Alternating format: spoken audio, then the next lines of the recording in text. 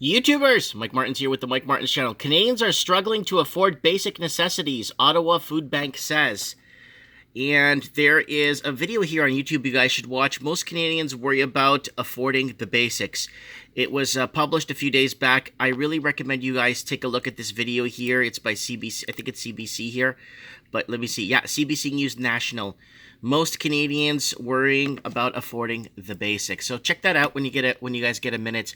Anyways, Canadians, so food banks, why would they lie? No, I think this is true. Angus Reid study reveals 18% of respondents can't afford quality groceries. Ottawa Food Bank wants the government to step in. You see, we don't want the government to step in when it comes to regulating food. We kind of want the government to step in to stop all the red tape, stop all the crap, and lower taxes and give incentives for small businesses. Small businesses need to thrive to be able to support the public sector. If the private sector starts to fall, which it is right now, there's no way our public sector could stay up afloat, and the government needs to fund the policing, the hospitals, the doctors, surgeons, specialists. That needs to be funded. But people are going hungry in the meantime. There are many Canadians, and right here in Ottawa as well, that are suffering from the stress of finances or from struggling to afford the basic necessities, said Ottawa Food Bank Director. A recent poverty study report released by the Angus Reid Institute reveals that 1 in 6 Canadian adults are unable to afford new clothes or quality groceries. 1 in 7 have struggled to obtain adequate housing. That's a lot. And 1 in 5 say an inability to afford dental care has been a chronic problem for them in their lives. See, this wasn't a problem 20 years ago because everywhere you'd go, you'd see little strip malls full of mom and pops, cool hardware stores, electronic shops everywhere.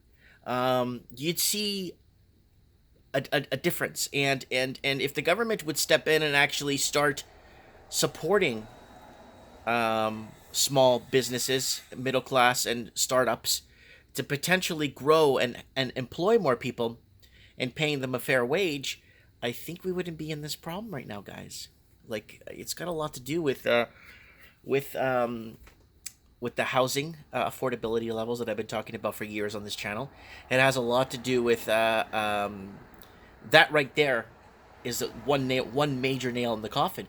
Once you can't afford to live or basic shelter for you and your family, what's going to happen for food? I mean, food is next, right? I guess food. I guess you could live. Can you live longer outside without? Yeah, but you know what I'm saying, right?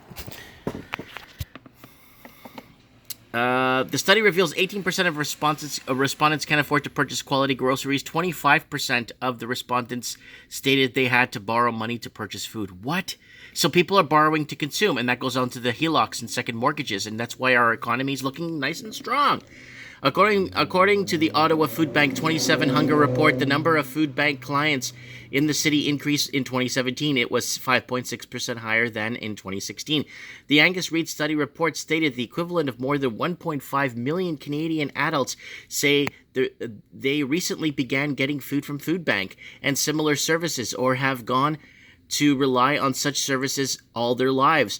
This total is significantly higher than the estimated 850,000 people who use food banks each month. What? That's like 1 million! That's like 1 in 25 Canadians! Like the byproduct of the broader scope of this. Wow. The study report is also revealed the following. 31% of Canadians feel stressed out about money on a regular basis. 52% believe poverty has been increasing where they live in recent years. 30% of the pessimistic about the finances over the next few years. And 43% believe their children's generation will be worse off than themselves.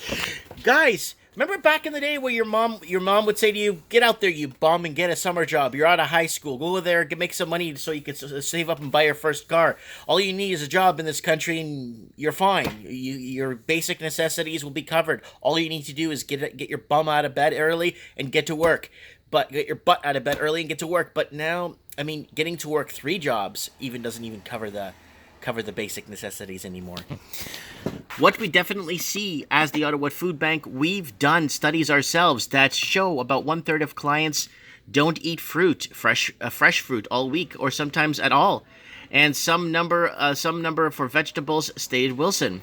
Some added, so people are eating low quality dried food, that is really cheap and affordable. The Angus Reid study report also revealed that 43% of people have experienced not being able to afford good quality groceries, having purchased what's cheap instead. Wilson said that the housing is one of the biggest issues. Yes, it is. In Ottawa, adding to the establishing more affordable housing will be given to more people the ability to purchase higher quality food. No, it's not affordable housing. It's better paying jobs. Remember the wage gap between what wages should be and what human labor, how much human labor producing in with wages. There's a huge delta in between the two. So people are working more human labor, or more human labor has been added to the workforce, but there's less pay being given or distributed to the people. And I'm not talking about equal pay and all that stuff. People should be able to earn enough to live a normal life, right? Especially if you're working full time. Hold on, somebody's calling me here. Okay, and Wilson said one of the biggest issues in Ottawa is adding the establishment more affordable housing. She stated whether it's people or waiting lists for people are just spending way more than they should on the cost of housing. So having affordable housing is one of the first things we were encouraging the government to look at. So that's that, people. Stop with the government intervention. The government intervened in our housing, and look where it's got us. And now they're going to intervene. They intervened in our immigration system, where they were bringing in wealthy investors in from China to invest in our country, and Canada was competing for wealthy investors, and look where it's got us now. Let me know what you guys think in the comments below. Thanks for watching, and if you want to support me on Patreon, go ahead and buy me a coffee.